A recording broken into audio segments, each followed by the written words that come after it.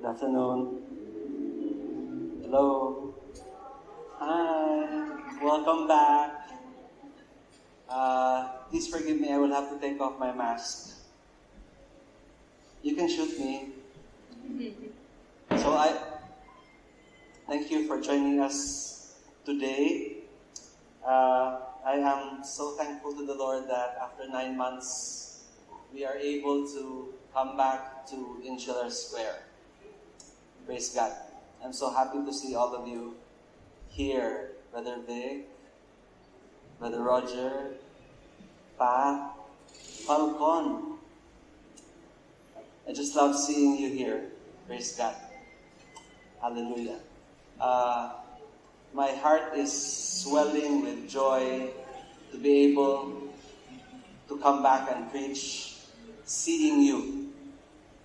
I never hid from my wife. I never hid from my few friends that I hated doing the online thing.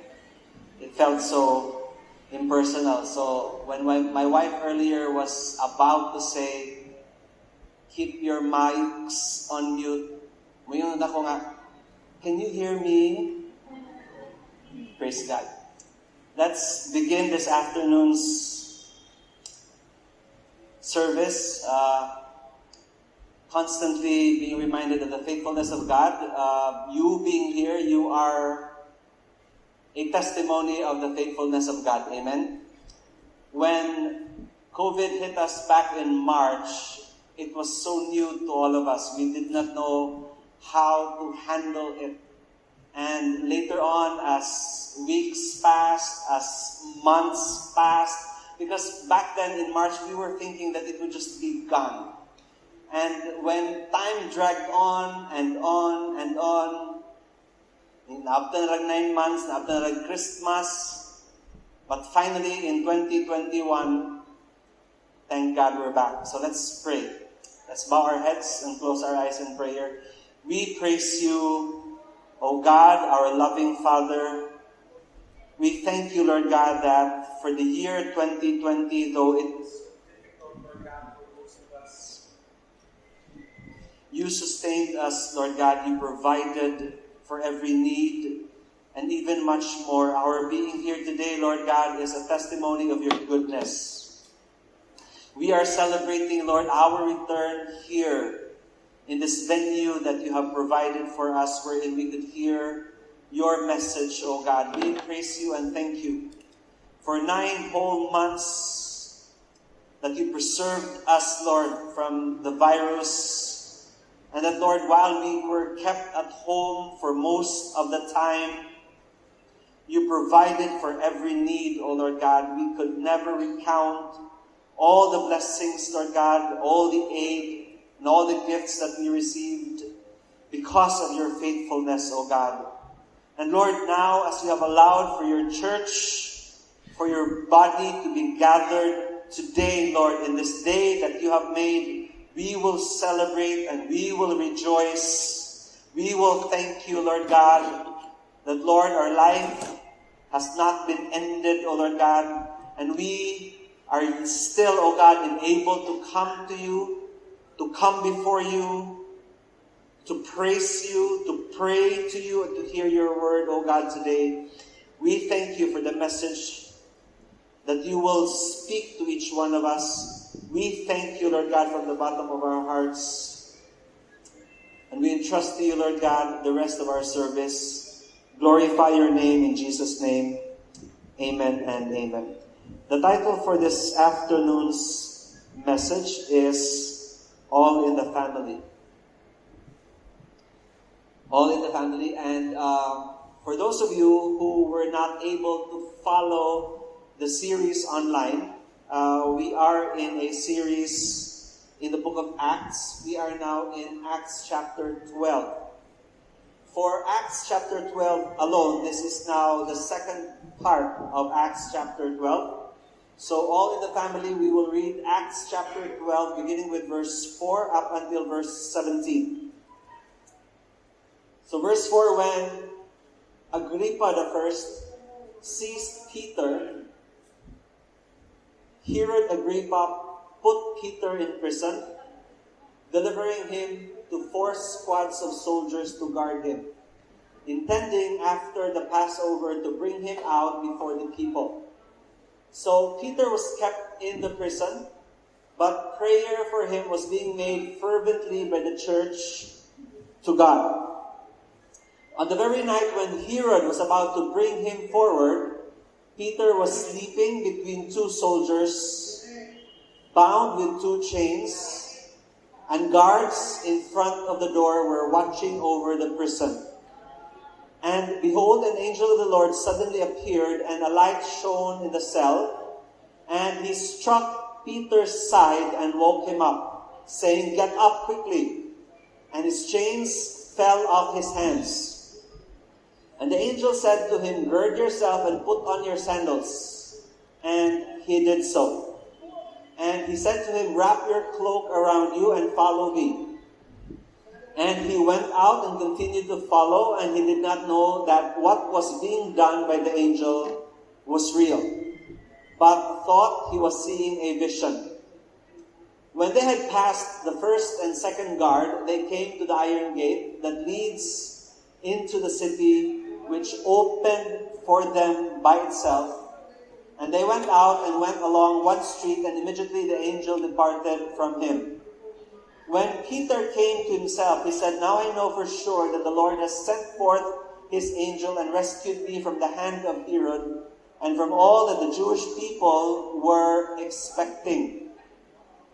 And when he realized this, he went to the house of Mary, the mother of John, who was also called Mark, where many were gathered together and were praying. When he knocked at the door of the gate, a servant girl named Rhoda came to answer. When she recognized Peter's voice, because of her joy, she did not open the gate, but ran in and announced that Peter was standing in front of the gate. They said to her, "You are out of your mind." But she kept insisting that it was so. They kept saying, "It is his angel." Ato-ato lang niya. When the disciples said, "It is his angel," they were saying, "Patay na si Peter. Angel na niya." Singit ko lang. But Peter continued knocking, and when they had opened the door, they saw him and were amazed. But motioning to them with his hand to be silent, he described to them how the Lord had led him out of the prison, and he said, "Report these things to James and the brethren." Then he left and went to another place.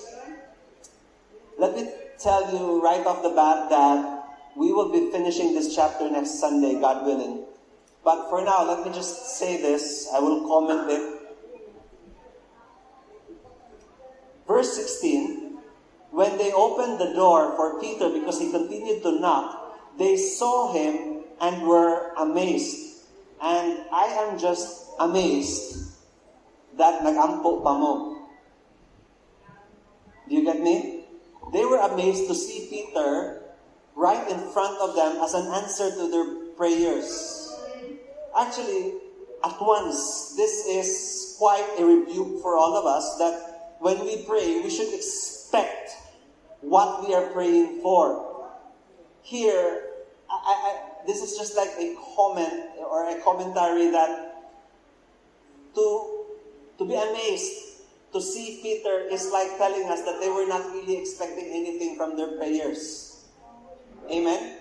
So, before I begin, I just want to reiterate that when we do pray, we have to have that faith that God hears our prayers and that God answers our prayers.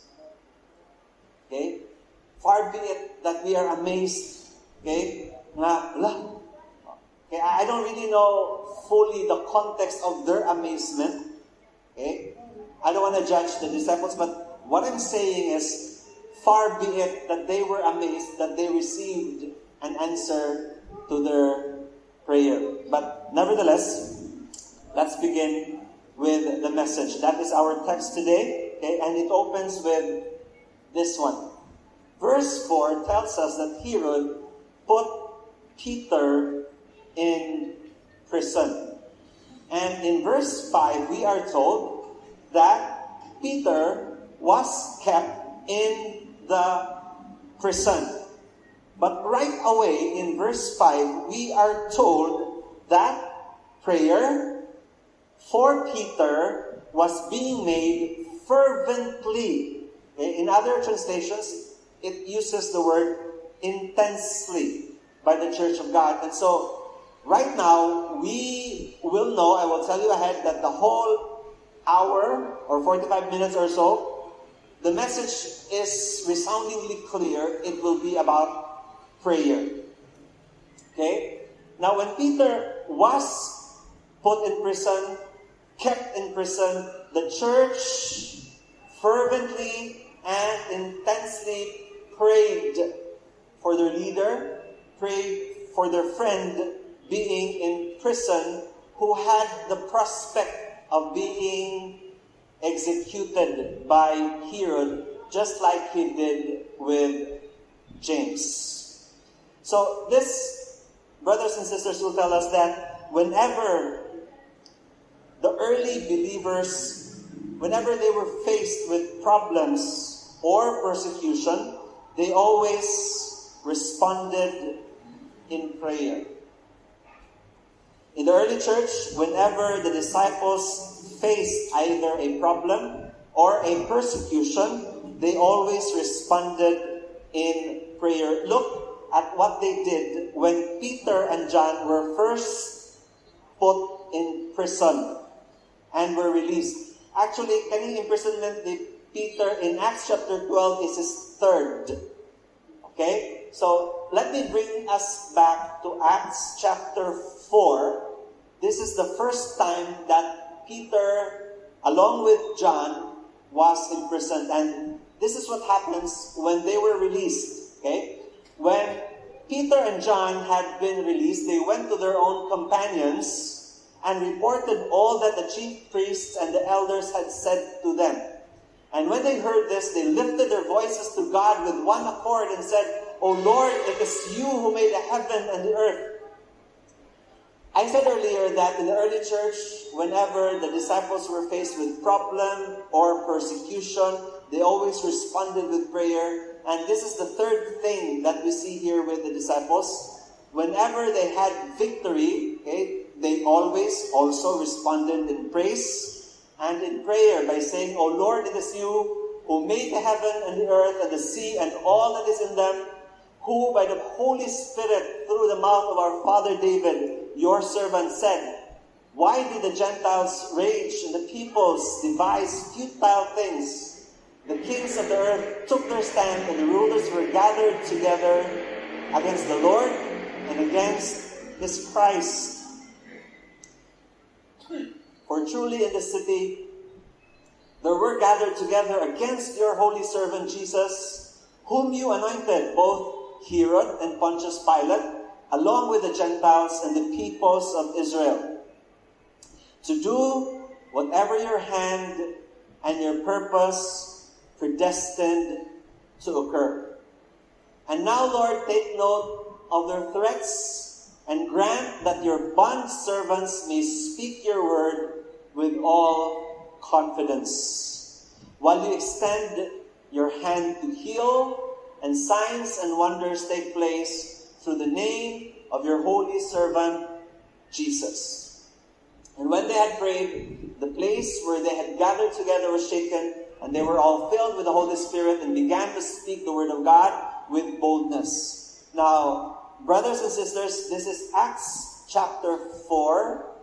In the eve of Peter and John's release, the body, the church, was praying. Acts 4. In Acts chapter 12, while Peter was in prison, the church, the body, was in prayer. Now, with the verse that we just read a while ago, I just want to review some highlights of the following verses. Okay, verse 24. We are told that they lifted their voices to God with one accord as a church. Why? Because of an answered prayer. Because John and Peter were released. However, while they were praising God, they knew, they never forget that they still had an enemy. That is why that is what we will see in the body or in the flow of their prayer. They were rejoicing that their friends were released, but they did not forget that they still had an enemy. If you will recall in part 1, last Sunday, okay, when we were discussing chapter 12, when we began chapter 12, I said there that we obtain the enemy of God. God's enemy becomes our own because we have become the children of God. And so, I don't want us to miss this, brothers and sisters, that rejoicing, okay, over an answered prayer, that their friends were released, they lifted their voices together, but not forgetting the present situation, okay, that there are people persecuting them, which led them to pray. And this is the reason why I need to teach you this, because this is prayer. We need to know how to pray correctly. We need to know how to pray biblically. They said, "For truly it is true, okay, that in this city there are gathered together against your holy servant Jesus, whom you anointed, and these enemies are Herod, Pontius Pilate, the Gentiles, and the peoples of Israel." They named, okay, the enemies that they had before God in their prayer. Okay? So, from verse 27, we are led to verse 28. But that enemy, okay, listen very carefully. These enemies, Herod, Pontius Pilate, the Gentiles, and the peoples of Israel, these are the peoples persecuting us, Lord. But these enemies are only doing whatever your hand and your purpose predestined to occur. Are you listening? That is a very effective, that is a very good prayer. Why? Because it is spoken, it is uttered in total wisdom, led by the power of the Holy Spirit. And I will explain to you. Okay? These are the enemies, those four. And then they were humble enough to know and declare before God that, Lord, kana sila nga mga enemies, Lord, are only doing whatever your hand and your purpose predestined to occur. You will never hear anything from the disciples praying, Lord, kill Herod, take away Pontius Pilate, annihilate the Gentiles. Amen? You don't see that. In the same manner, mga igsoon, when we pray, automatically we tell the Lord, Lord, tangtangan niya nga problema. Lord, tangtangan niya siya nga hinagpis, tangtangan niya siya nga burden. Lord, lift this up from my shoulders, Lord. Grabe, bukat kaayo ako kasing-kasing. Lord, tangtangan niya. All right. There is nothing wrong with that kind of prayer. But let me tell you, brothers and sisters, if I were to remind you of Romans 8:28, that all things work together for good, masayod ta. We will learn, we will realize that the problems that God allows in our lives are just His hand and His purpose being done in our lives. And wala pa kaumahuman, okay? This will be established much later. I want us to learn right away, right now, when we pray to God, we need to pray in accordance with His will. We need to pray with an understanding that He is God, not us. We need also to reach an understanding that our lives as a Christian has this continuous sanctification. We grow up every day. Okay? Or, sige, kung hindi every day, we grow from moment to moment. We learn many things. In the 9 months that we were stuck at home for most of us because of the pandemic, I believe with all of my heart that a lot of things happened in our hearts. I believed. Because if I were to speak for myself and for my experience, I learned many things. And one of that is patience. Grabe, I can enumerate to you the things that I learned. Number one is patience. Why? Because to be told to stay home, I hate that. Who will tell me to stay home? Mura Amerikano, no? Who are you to tell me to stay home, ha? But we are told to stay home. So, obedient bang ko? Kay Kristiyano man ko no po, so I will stay home. And I did stay home. But I was miserable for most of the time because I am not used to just staying home. But I learned patience in those 9 months. Of course, I am not done in the school of patience. It is not yet finished. But at least in the 9 months, I began to be patient enough to write my name whenever I enter an establishment. When in fact, before, when it started, I was so angry. Why would I write my name? Ako na gani ang nagtangkilik sa inyo ni gusto niya. Ako pa inyo hasol-hasolon. Ako na gani mo palit sa inyo. But that's besides the point. Okay? Rules are rules now. You were told to write your name there. So, let us be good Christians. Look at the prayer. These enemies of ours, Lord, they are just around to do whatever your hand and your purpose were destined to occur. So if we were good Christians last year, besides praying, Lord, kuhaa ang COVID. Listen very carefully, ha? Ingon ko, besides praying, kuhaa ang COVID, tangtanga ang COVID, the prayer should have been, Lord, what are you accomplishing? Lord, what is my role in this pandemic? Muna mga sakto nga ampo. Muampo taana, tubagon yun ta sa Ginoo. Kay sakto man ang ampo. When we automatically tell the Lord, Lord, kwa ang COVID. If the Lord will just really answer us, each of us, He will ask, nga naman, explain it daw po.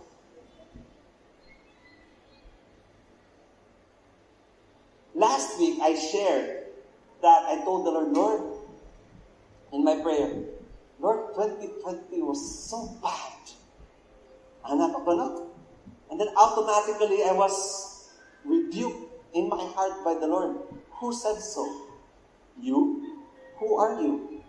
And I automatically realized, Lord, no, who am I to say that 2020 was a bad year? It is not my place. Because after all, I believe with all of my heart that the Lord did something good in 2020. I heard a faint amen there, and I agree with you. Amen. The Lord did a lot of great things in 2020 in spite of the virus. He gathered families. He provided in spite of the difficulties. And how is it that if COVID did not happen, grabe yun. Ang delivery sa pagkaon, di ba? Super delivery. Tanan na lang ipa-deliver. But it is a testimony of the faithfulness of God. And so if we were praying correctly, okay, the Lord would answer us right away if they were correct. But most of our prayers are uttered so that we will be relieved. Are you listening? Okay, the reason why we pray is we want to be relieved of the hardship, the difficulties. Mo man ang reason nga nung nag-pray ta. But you have to understand, mga igsoon, problems are allowed by God so that we will learn something. Problems are allowed by God so that we will learn something. Now, suspend that in your heads. We will get to that a little later. Okay? By our problems, by our suffering, God allows it so that we will learn something. Don't forget that. Okay, so that, and then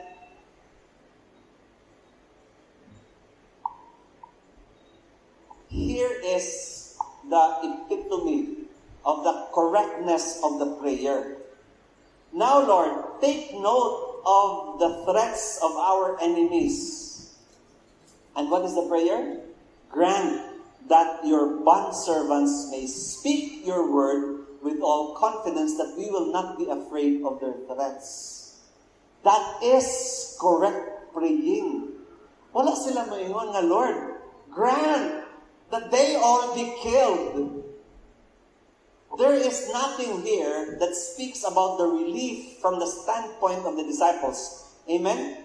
It is always the glory of God, the work of God that is being promoted here. That in spite of the threats being made to them, persecution and imprisonment, their prayer is, grant that your bondservants may speak your word with all confidence, that we will not be afraid.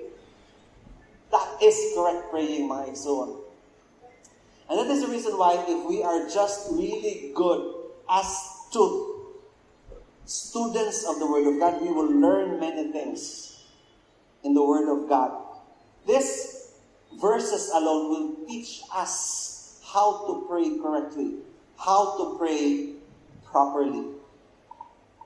Amen? Amen? Amen. And so, because that is their prayer, grant that we will speak your word with all confidence and not be afraid. What is the result? Answered prayer. And when they had prayed, the place where they had gathered together was shaken, and they were all filled with the Holy Spirit and began to speak the word of God with boldness. They received answered prayer because they asked for it. And they received it because it was correct praying. Amen? So, you will know that in some parts of Scripture, God said you do not have what you want in answer to your prayers because you want to spend it on your pleasures. Amen? That is the reason why we do not have the things that we ask for in prayer, because it is asked mostly from the perspective of childishness and selfishness. And so, brothers and sisters, they received an answer to prayers because they were praying biblically and correctly. The apostles were constantly in prayer because of what they learned from their teacher, from their master. And who is that? No other than Jesus Christ. The reason why in the book of Acts we see the apostles constantly in prayer, because they saw it in their teacher, Jesus Christ. I will cite to you 4 examples only. There are so many verses that tell us of Jesus Christ doing this. Okay, but because of the limitation of our time, I will only give you 4. After Jesus Christ sent the crowds away, he went up on the mountain by himself to pray. And it was evening, he was there alone. He went to the mountain by himself to pray. Sending the crowds away, Jesus Christ always felt the need to be alone with his Father to pray. That's Matthew, this is Mark. In the early morning, while it was still dark, Jesus got up, left the house, and went away to a secluded place and was praying there. Let's go to Luke. It was at this time that he went up to the mountain to pray, and he spent the whole night in prayer to God. This is God spending the whole night in prayer. And I am amused that we as sinners could not spend an hour in prayer. Here was perfection personified, but prayed the whole night. And here we are, imperfection and flaw personified, and we could not take 30 minutes to pray. I just really marvel at the fact that we could go on and on watching something, or sit at a computer watching something or gaming or whatever, but not able to spend time to read God's Word and pray. From Luke, we go to Hebrews. In the days of Jesus Christ in the flesh, while He was here on earth, what did He do? He offered up both prayers and supplications with loud crying and tears to the one able to save Him from death. Now, let me explain to you briefly about this verse. Jesus Christ was God-man. Okay? He was man, so He felt the weakness of man. He felt the weakness of man, but He was God nonetheless. So the prospect of the cross was terrifying for Him. The reason why, that's the reason why He said, Lord, let this cup pass from me. 3 times He prayed. 3 times He asked the Father, Lord, pwede dili na lang?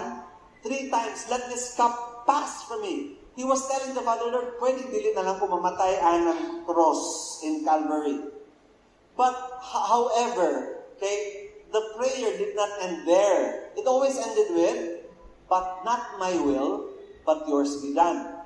Now, what is so beautiful in the Hebrews, because we see that in the Gospels about the agony of Jesus in the garden, what is so beautiful in Hebrews is this next verse, which I was telling you a while ago. Our problems, the persecutions that we receive, are allowed by God to change us or to improve us. Because in verse 8, although Jesus Christ was a son, He learned obedience from the things which He suffered. Not that He was ever disobedient at all. No. The point here is that because of prayer, Jesus Christ bowed His head to say, not my will, but yours be done. And through constant praying, He learned from the things which He suffered. And that is actually written for us. Mind you, brothers and sisters, put it into your hearts that the things which we suffer, the things that are allowed by God in which we suffer, has a purpose. And this is not being said as a cliche na, oh, everything has a purpose. Duh. Everything has... Diba you hear people say, oh, everything has a purpose, and they don't even understand what they're talking about. This one, I happen to believe, and I stand on my ground. That verse, Hebrews 5, verse 8, tells us that we will all learn obedience from the things we suffer. Amen? Not by the problems you cause. Are you listening? Dili kay nag-adik-adik ka, unya na-priso ka, Lord, I thank you that I'm here in prison because I will learn obedience from what I am suffering now. I'm not talking about that. Okay? These problems are caused by others, not by you. Problems that are caused by our enemy Satan and allowed by God because He is able to turn things around for our good. And here, brother, sister, we learn obedience from the things we suffer. And this is the part wherein I say, if you are to pray correctly, dili ka dapat automatically, very quickly, will tell the Lord, Lord, ang tanga ang ako problema. Ayay, lahit yun ni. Asa ka mga kitag, ingani nga lesson mga ison? Because you do not automatically tell the Lord, Lord, take away this thorn in my flesh. Because Paul said that, and what did God say? My grace is sufficient for you. Brother, sister, kung bright ka, mag-isip-isip ka. Huh? Your problems are there for a reason. And so your prayer should be, Lord, why is this here? Lord, let me respond correctly. Lord, what am I to do? Give me wisdom. Pili ka, Lord, tangtanga ni Lord. Tangtanga. Kung tangtangon tanan ni Lord ang ato gipatangtang ambot lang.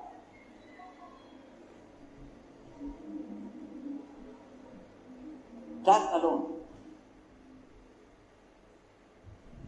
Now, a lot of people through the 9 months of COVID said, Lord, tangtangan COVID, Lord, tangtangan. And I kept on listening.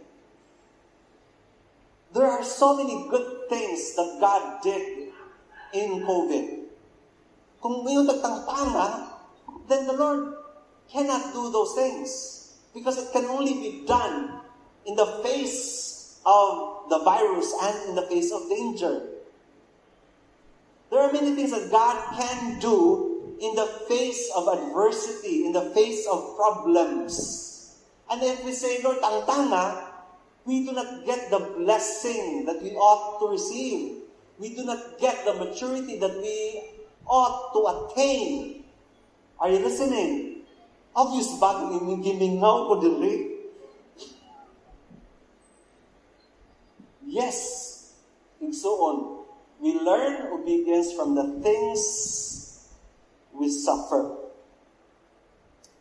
And so, Jesus Christ did not merely teach his apostles to pray. He showed them the life of prayer. So parents, if you are a parent here, okay, you cannot just tell your children, you pray to the Lord. They have to see you praying to the Lord. You cannot tell your children, go to church, because they have to see you, okay, bringing them to church. It is so hypocritical for you as a father, for you as a parent to say, pray to God, and they never see you praying at all. It is hypocritical for you to say, anak, go to church na. Go to church ka. Ikaw din. Ay, okay na ko din. Jesus Christ did not teach his apostles how to pray.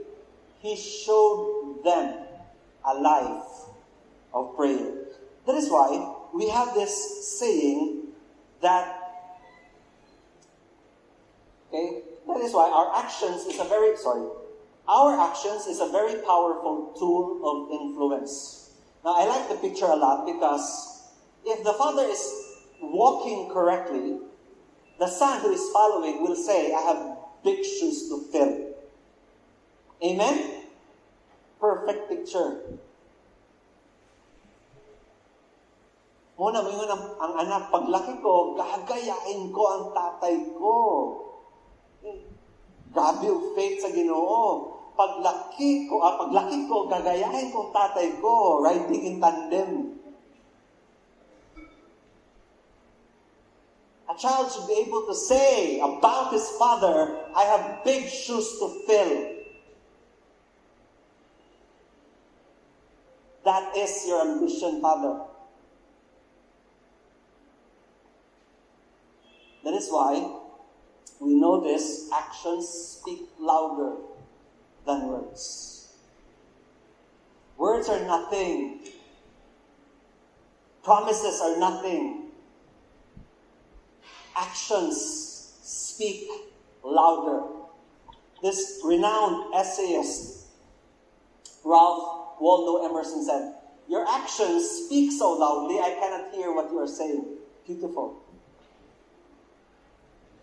Whatever the reason he wrote this, he is talking about a person whose actions influenced him more than the words. For him to be able to say, your actions speak so loudly, I cannot hear what you are saying, that is so beautiful. And that is what we are supposed to be doing, Christians. Sometimes we're just so full of speeches, and they cannot see the love in those speeches. They cannot see the actions in those speeches.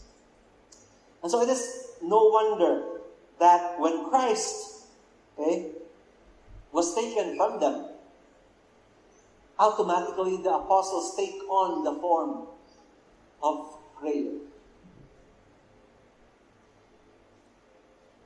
In the sermon last Sunday, understanding the times. Okay, last Sunday we were told the breath of every Christian is prayer. The weapon of every Christian is prayer. The victory of every Christian comes only from prayer. Our breath is all prayer. Whether it be asking, whether it be thanking, whether it be in pure and deep supplication, whether it be in crying, whether it be in praising, whatever it is, bukang bibig of every Christian is prayer. And our weapon, because of our enemy, is prayer. And the victory, our victory, comes only from prayer. A lot of people make God their last resort. Unfortunately, they only turn to God when everything and everyone fails. Most won't even come to God at all.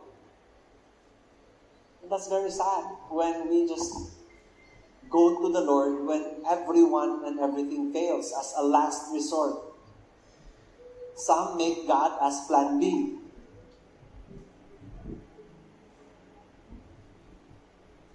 But Jesus Christ, God should be our first stop, our continuous step, and our stop. All the time. A lot of people make God their last resort, and that should not happen for Christians. Because, okay, our lifeblood is prayer. Dili life boy. What is lifeblood? Lifeblood is the indispensable factor or influence that gives something one's strength and vitality. So if we say that lifeblood, okay, prayer is the lifeblood of the Christian, meaning prayer is the indispensable factor or influence that gives us Christians our strength and vitality. When I found myself so bored during the pandemic, during the lockdown, during the quarantine, when I found myself irritable because of being locked down, all the time I would say, pray, pray, pray. And when things were hard, pray. Asa man tayo tapadong? We can only pray. That is our breath. That is our lifeblood. Now, I heard someone say, and this is true, someone said, my family was the lifeblood of the church. Very true. Praise God for people who are able to say this. This is a wonder. This is a gem. This is not normal.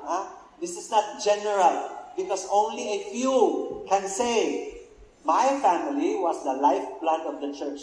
Because it can only mean that the whole family is Christian. Not everyone has the privilege of being able to say that.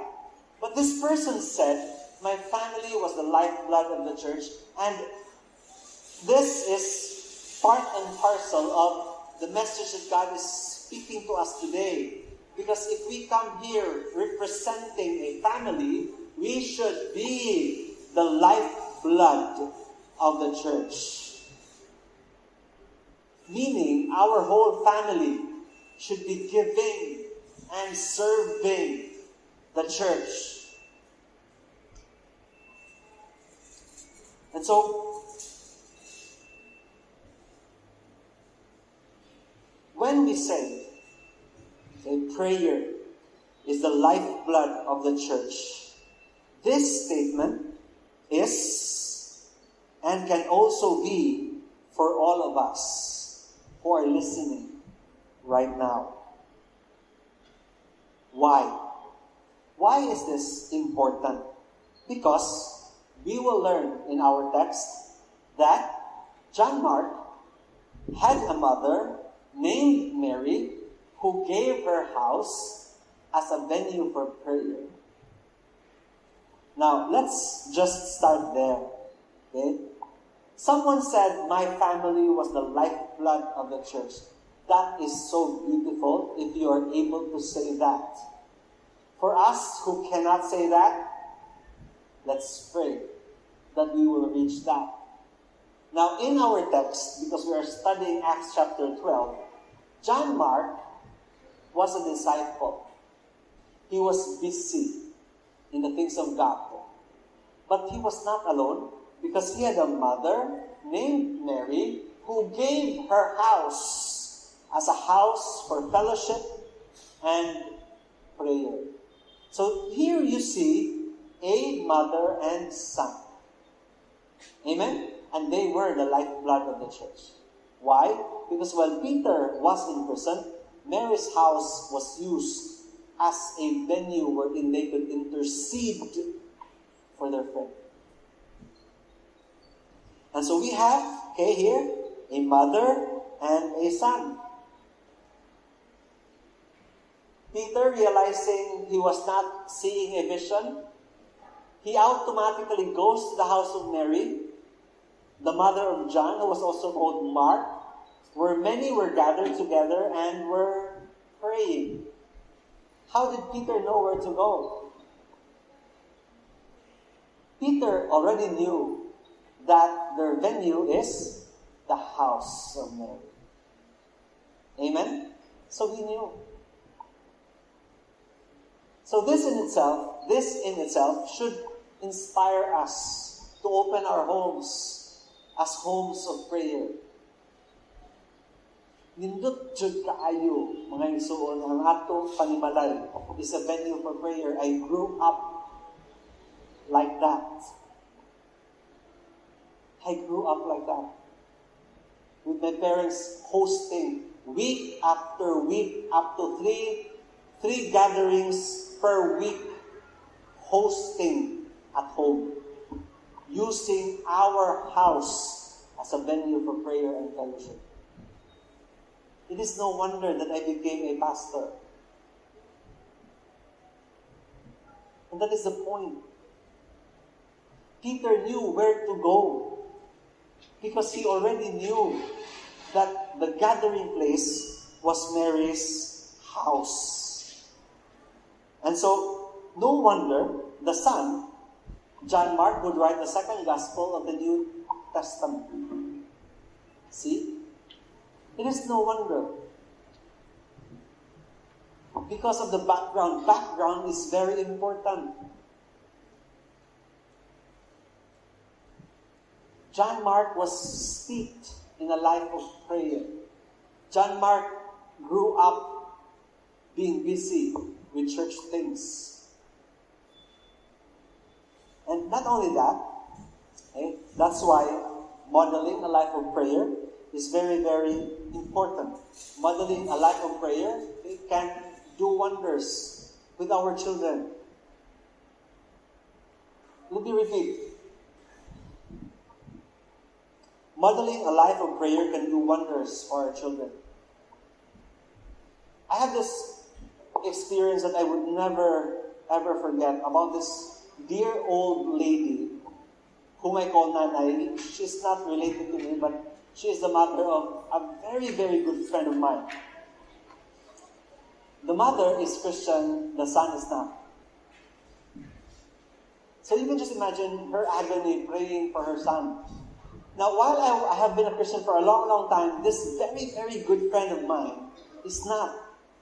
But, mga tayo ka, anong amigo man mo, pastor? Grabe din ni amigo. Nalang siya kuan nga. Dong, nata ba istorya na ha? But amigo ta. And I respected that. We were friends. Now, one time, my friend had a motorcycle accident. Grabe yun. Marabag, kamot na lang ni Lord ay nagkumputan. Himatsyong yun. Now, when my friend finally wakes up from being knocked out, when he woke up, you know what the mother said? You know what the mother told him? She said, with this gesture, buhay ka lang dahil sa dasal ko. And when I heard that, it was so powerful to me.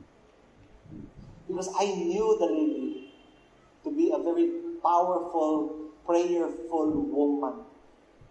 And when she said, in anger towards her unbelieving child, buhay ka lang dahil sa dasal ko, I believed her. That is what modeling a life of prayer can do. So that is the reason why John Mark would write the second gospel of the New Testament.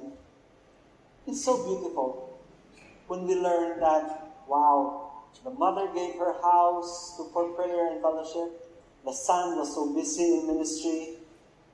Now, let me tell you of a man that we already knew about, and his name is Barnabas. You know, Joseph, a Levite of Cyprian birth, who was also called Barnabas by the apostles, which translated means son of encouragement, he owned a tract of land, sold it, and brought the money, and laid it at the apostles' feet. Okay? There. It is so beautiful to know that. And here we find, brothers and sisters, Mary opened her house to be a house of fellowship and prayer. Barnabas sold a tract of land and gave the money to the apostles. Okay? Did you know that? Did you know that Mary is Barnabas' aunt? Making Barnabas John Mark's cousin. Did you know that? No? That is why the title of the message is All in the Family. And I will prove that. Paul writes in Colossians chapter 4 verse 10, Aristarchus, my fellow prisoner, sends you his greetings, and also Barnabas' cousin Mark, whom you have received instructions. If he comes to you, welcome him. That's Colossians 4:10. Okay? Now, after some days, Paul said to Barnabas, let us return and visit the brethren in every city in which we proclaim the word of the Lord and see how they are. Now, in previous Sundays, I told you that when Barnabas saw the Christians at Antioch, he automatically saw Paul to be the pastor of that new church. Amen? Okay? Now, here, in Acts 15, daghan na kayo silang churches na established, Paul of si Barnabas, that Paul said to Barnabas, let us return and visit the brethren in every city in which we proclaim the word of the Lord and see how they are. Mamusta na nila. So it is no wonder, it is not surprising that Barnabas would want to take John, called Mark, because of the relations. However, but Paul kept insisting that they should not take him along, who had deserted them in Pamphylia and had not gone with them to the work. And there occurred such a sharp disagreement that they separated from one another, and Barnabas took his cousin Mark with him and sailed away to Cyprus. Okay? Sorry. So we read that, we know that Barnabas and Paul had a sharp disagreement, but we really do not know that Barnabas was standing his ground because he vouched for his cousin. Now, let me just tell you, Mark, yes, did leave them. Okay, did leave them and did not finish the missionary work. Why? Because at that time he was very, very young and he missed home. He missed home. He couldn't take it. He went home. But let me tell you, okay, the verses will tell us later on that this was all patched up later on. Okay? We find here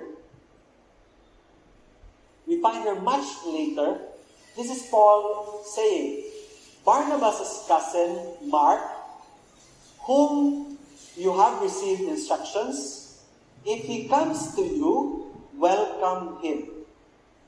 So meaning there is now a change of heart in the heart of Paul. Okay na sila. And by this time, Mark has grown. Mark has matured. In fact,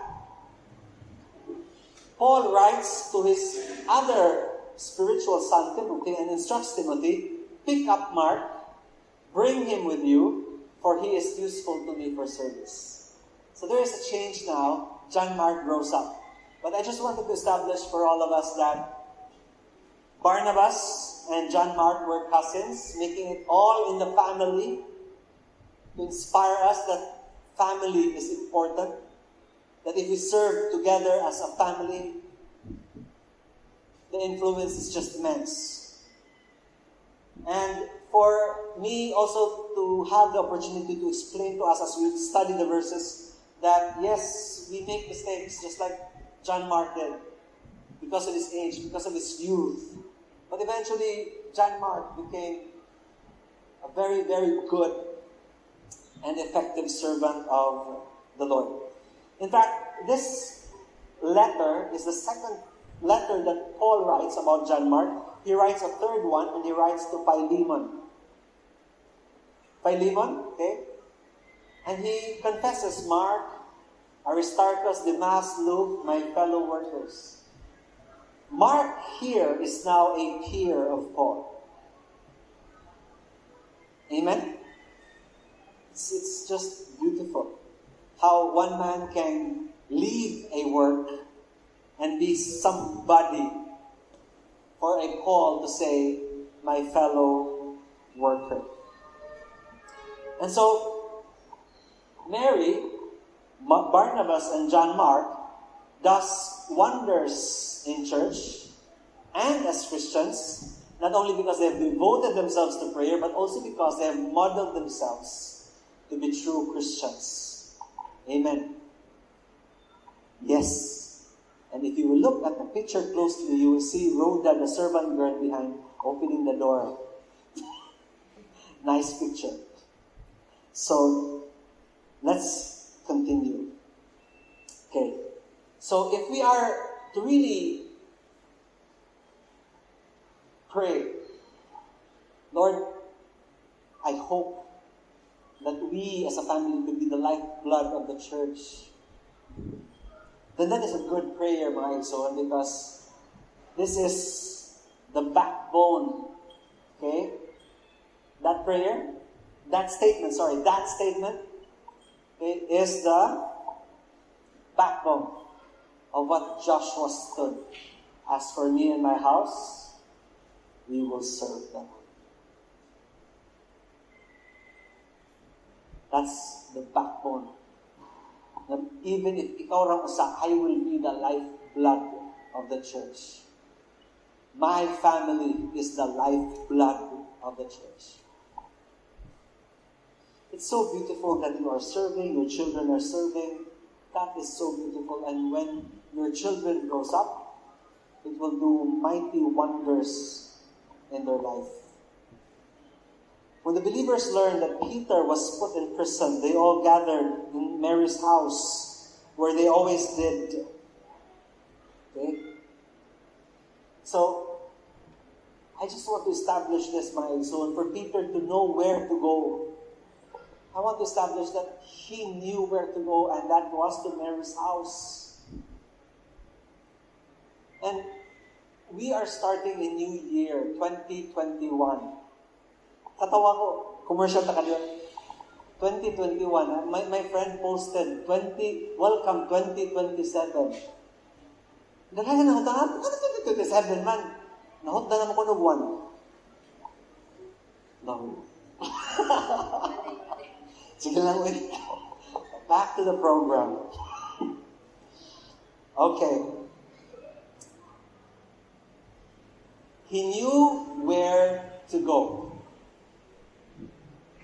And as we start a new year, I hope and pray that we would have a desire to, Lord, naman ko balay, naman ko capacity to host. Why not host once a week Bible study or prayer? And we have no way around it, my soul, because that is in keeping with the text. Mary's house. What about your house? Especially when we are told in James that the effective prayer of a righteous man can accomplish much. Yes, the effective prayer of a righteous man does accomplish much. And there is so many things that can be done when we pray. So many things can happen when we pray.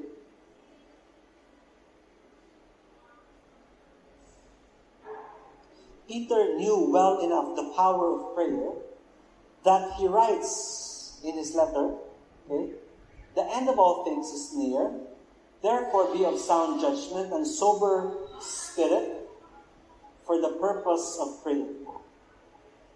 Peter knew the importance of prayer that he is telling us today. The end of all things is near. Therefore, be of sound judgment, be aware, be conscious, be sober in your spirit so that you can properly pray. Be sober, be alert, be aware, be awake, be conscious of what is happening around you for the purpose of prayer. Peter is able to write that because he lived a life of prayer. Hey, I'm sorry.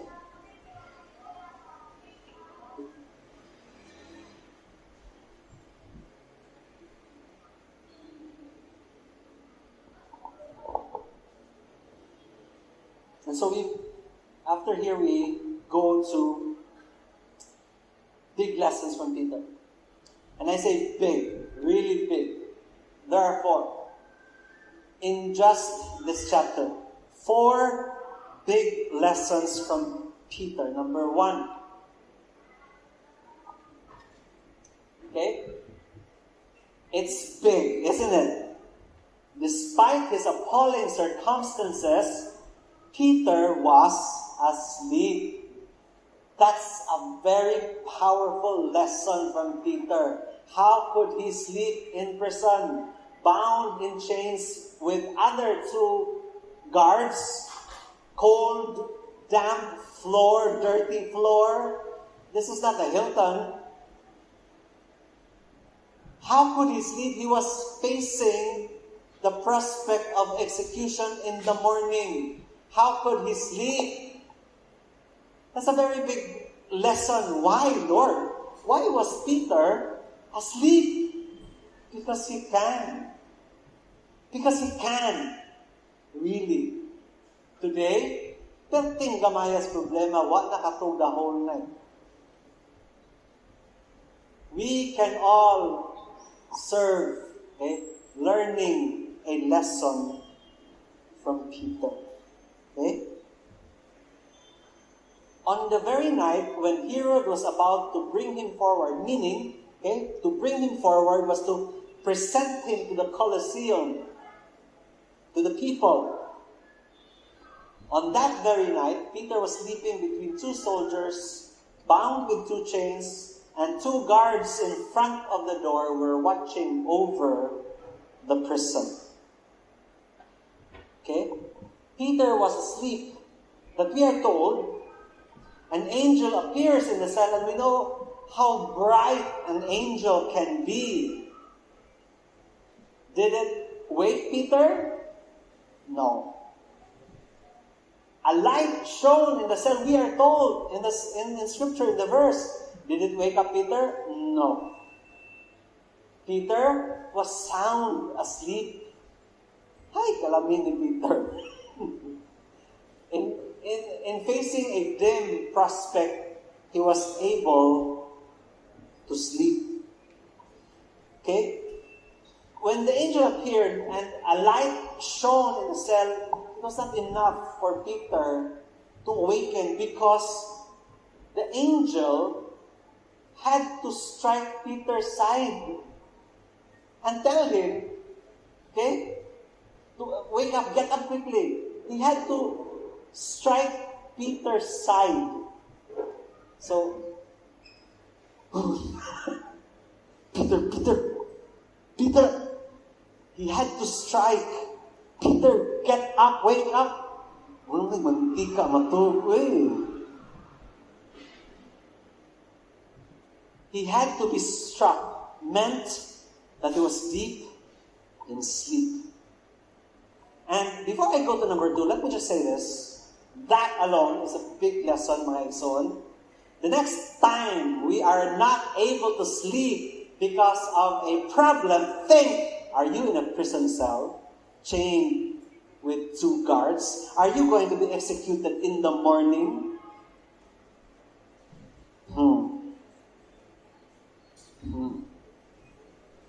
And so why was Peter able to sleep in the midst of such harrowing circumstances? It is because, number 2, big lesson.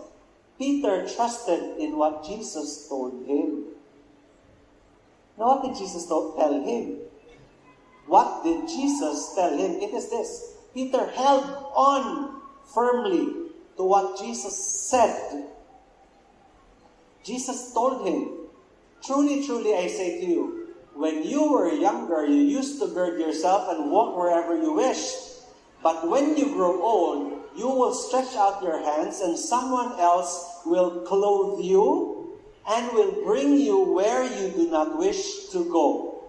This stuck with Peter when you grow old. And Peter here is saying, I'm not old. That one has yet to be fulfilled. And so he put his trust in those words. Amen? Because if he was going to die in the morning, if he was going to be beheaded or eaten by lions, we were like, hello, Lord, nasa dito mag-isulting? This one became his anchor. I'm not old, so I will sleep. Amen? Beautiful. And this leads us to number 3. Ngano nakatong si Paul? Because he's been in jail before. And he was released. This wasn't new to him. He was saying, ay, makabuya naghapon ko. Peter must have said in prison, prison na po.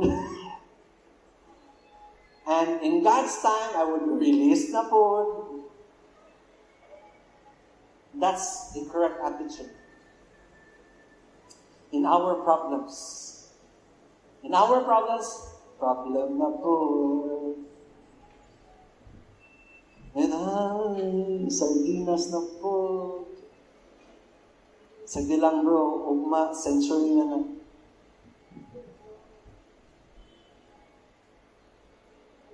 Our problems,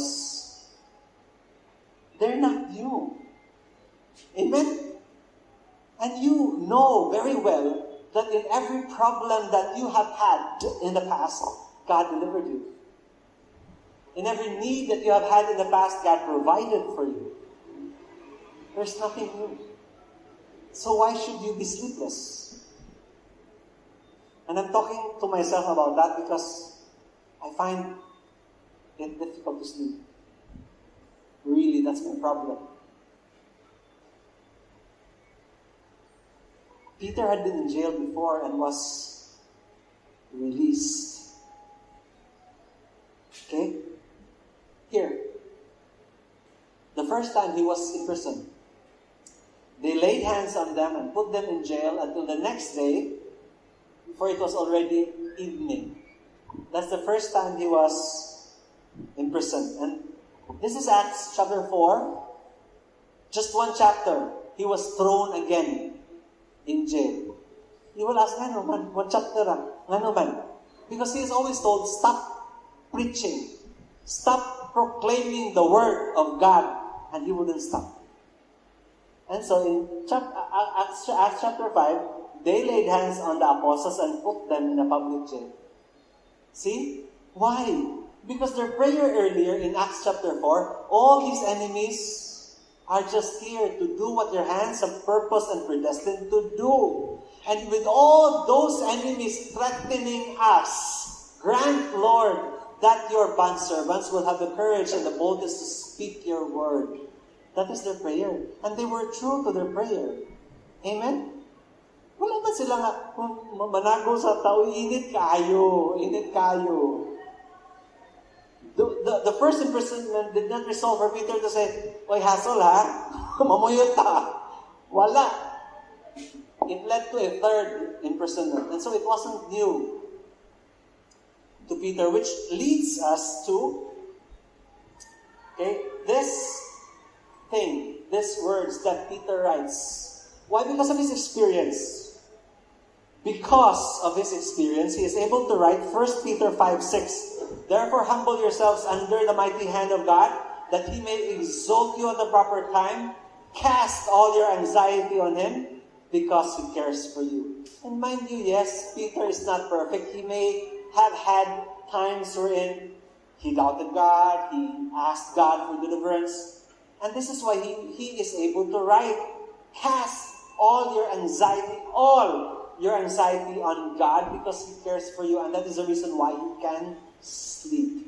Why? Because he's done. I am done. I have done casting all my cares upon the Lord, because I believe that he cares for me. And that is the reason why I can sleep. And so, brother, sister, we can sleep. Even if your problem is just wala kay pang breakfast ugma. Even that very small a problem that you have, you can sleep. Because the Lord said, I provide for my children even in their sleep. And so Peter writes this because he lived it. Cast all your anxiety on him, because he cares for you.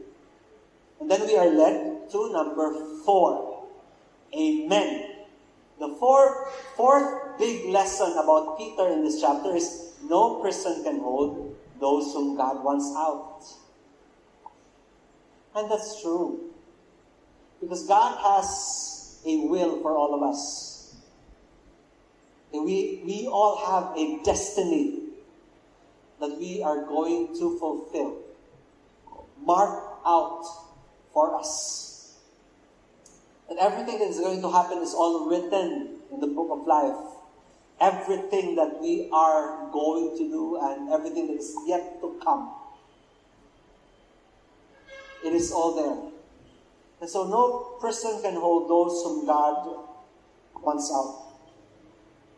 So remember, brothers and sisters, if people persecute you, if people pester you, if people just cause you a monstrous headache, people may do their worst, but God can do his best. And it is, take it from me. Oh, please, take it from me. Do yourself a favor. All the time, in my 50 years, I've experienced a lot. And I would always run to the Lord in prayer, because I would always say, Lord, people may do their worst, but in their worst, you can do your best. And I believe that. And so whatever it is that I am going through, whatever it is that you are going through, people may do their worst, but amidst all that, God can do his best. Amen? Yes. Yes. We believe that. So we continue next Sunday. Chapter 12 of Acts is a very short chapter, but very, very deep and very, very rich. We'll continue next Sunday, but for now, let me end here with this one. In ending, the value of prayer, we learn the value of prayer individually and corporately. that when you leave this hall of worship, that you are encouraged, inspired, influenced to pray again. To pray again. Mag-diet ang ko karong 2021. Ngayon mag-ampo na po ko. Okay? Sa katong mga niwang, mukhaon na dyan kong daghan karong 2021. Umuampo na po ko. Amen? And the power of corporate prayer as attested by what they did in the house of Mary. And what an impact we make if our whole household serves God. Amen? Mary is the aunt of Barnabas. And Barnabas and John Mark are cousins because John Mark is the son of Mary, making it all in the family. That's why I can truly say that if you as a Christian can say that my family was the lifeblood of the church, praise God for you. Hallelujah for you. May your tribe increase. For us who do not have that privilege, we can pray for the salvation of our unsaved loved ones. And that we can reach that time wherein we could all be in one accord together. Amen? I pray that this being the first message for year 2021, that we would look to our own family. Because I believe, brothers and sisters, that's what COVID did. What COVID did was, among many things, was to fortify family life. I happen to believe that. It fortified mine. And I knew a lot of families that were fortified as well. Because of the quarantine, because of the lockdown, because of the call of God to pray. And so, all in the family is the ambition of a Christian. Why? Because in the Old Testament, Joshua already said it. As for me and my house, we will serve the Lord. Amen? Let's give the Lord a big hand. Hallelujah. Good afternoon. Hello.